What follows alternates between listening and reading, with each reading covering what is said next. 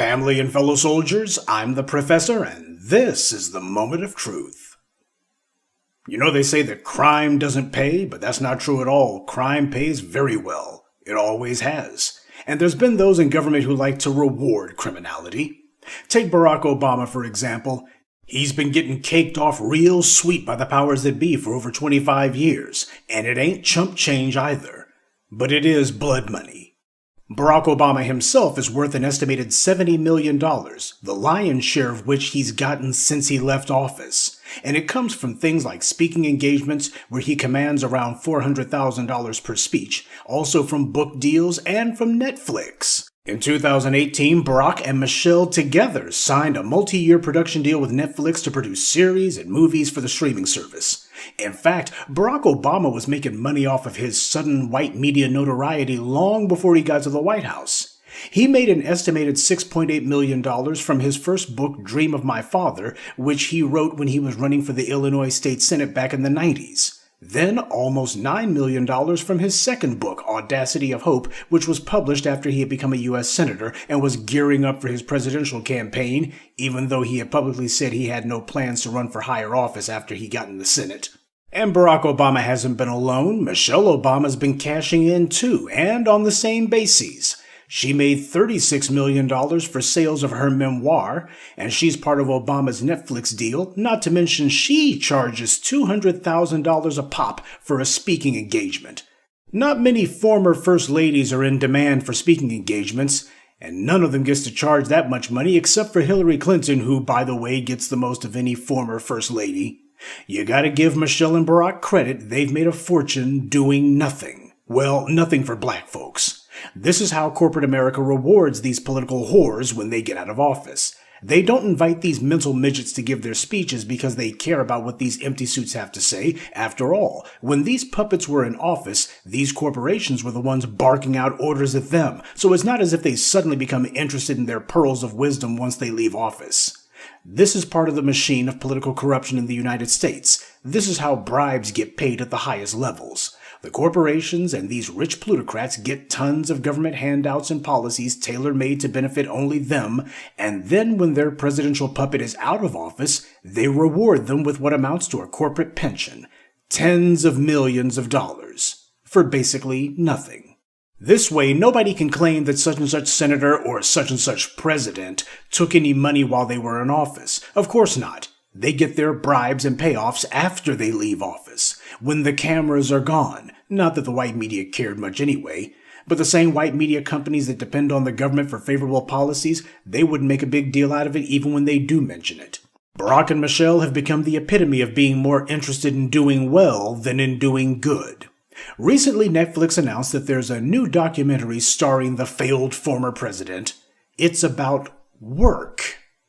I'm not sure exactly what that means, other than working people in the US, it seems. And when you look at the number of views, it's pretty obvious that not a whole lot of folks seem terribly interested in the former president's current misadventures. Judging by the trailer, this latest, whatever this is, seems exactly like the kind of innocuous fluff that wouldn't upset the white corporate overlords that Barack and Michelle currently get so much money from. Now, the documentaries that Michelle and Barack have made in the last couple of years for Netflix haven't exactly set the world on fire. Most of them have come and gone without so much as a buy your leave.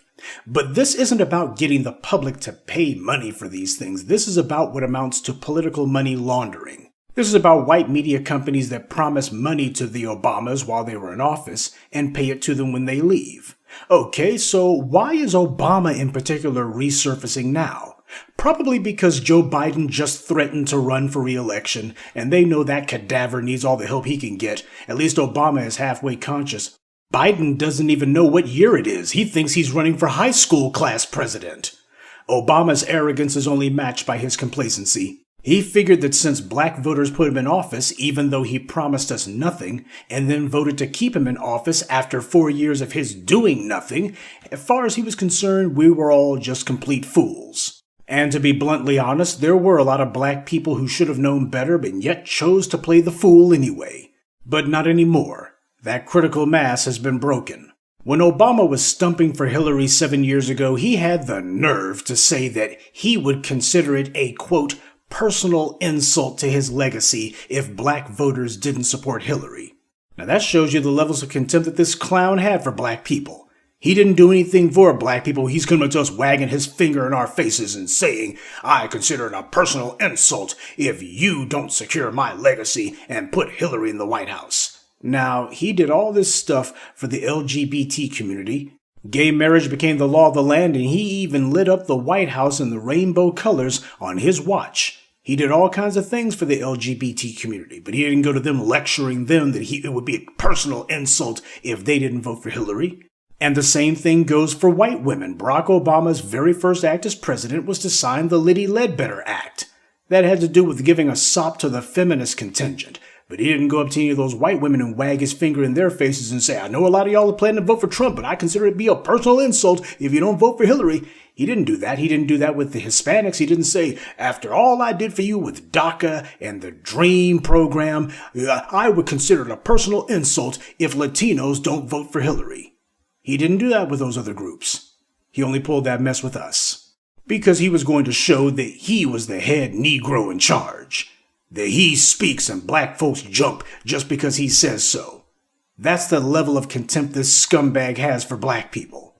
Well, this was an opportunity that black voters weren't going to miss to show him a personal insult, to slap him in the face by staying home on Election Day.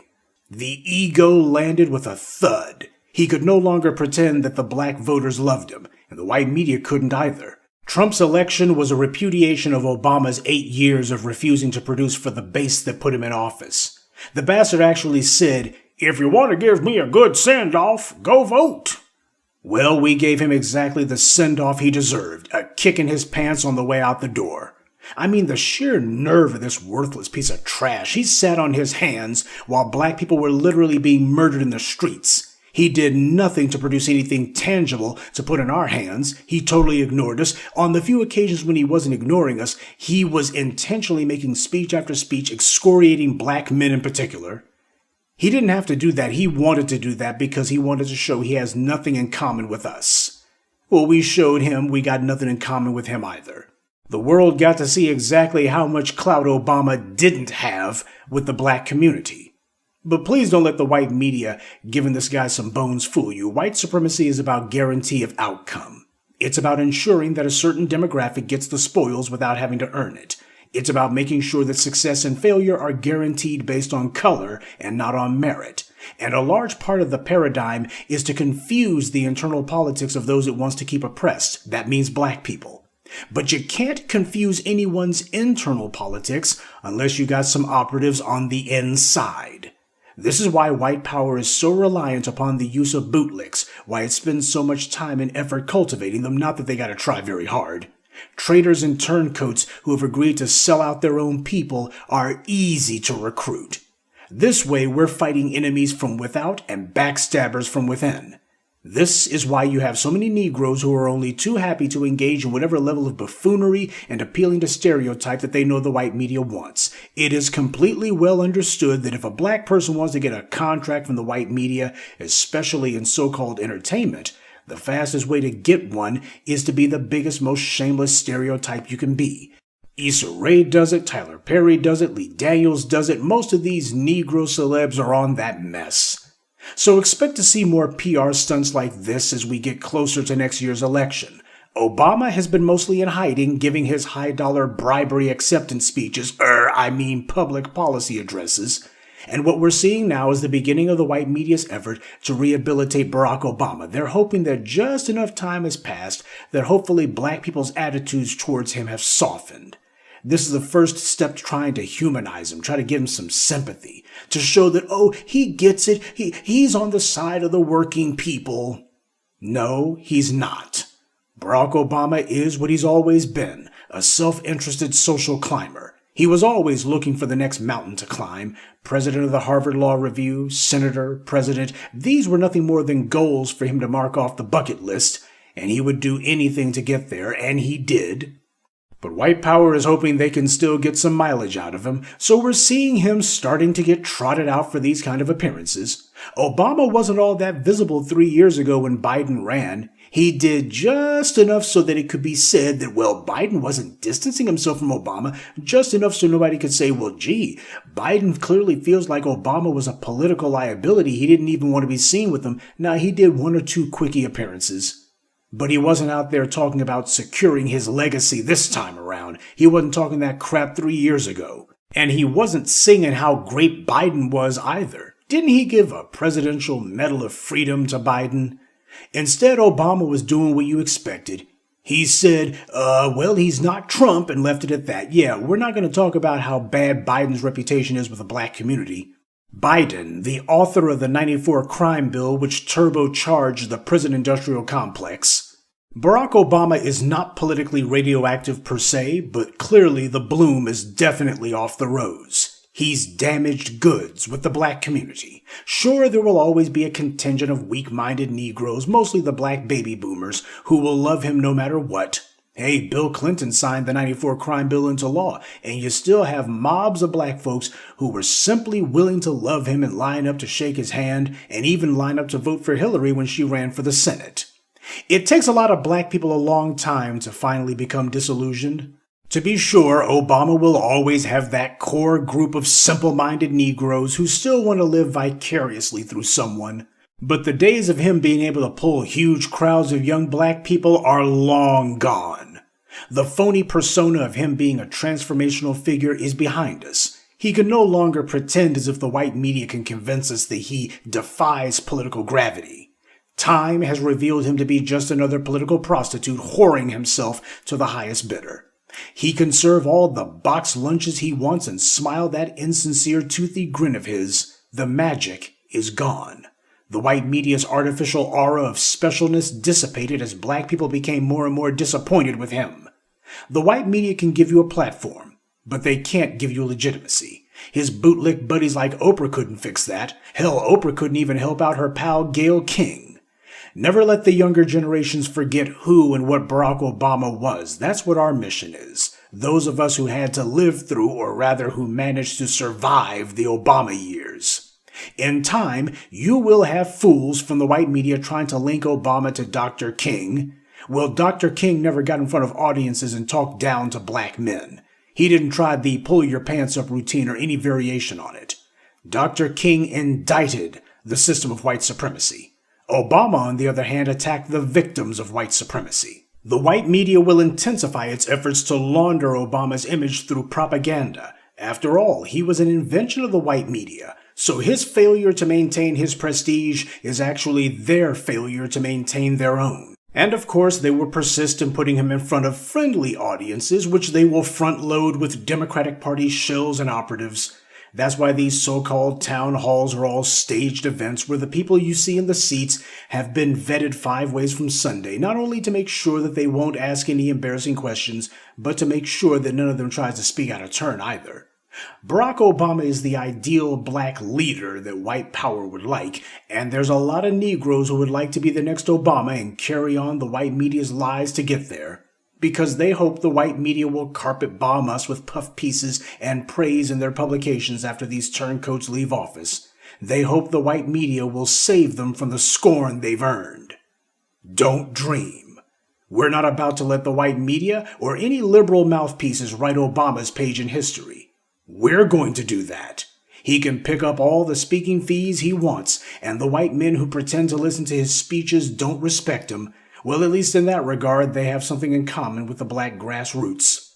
Obama is getting paid by them, but ultimately the idea was that he would be a useful tool to be able to lead us around by the nose. The aim being that the power of nostalgia would be enough to keep us in check.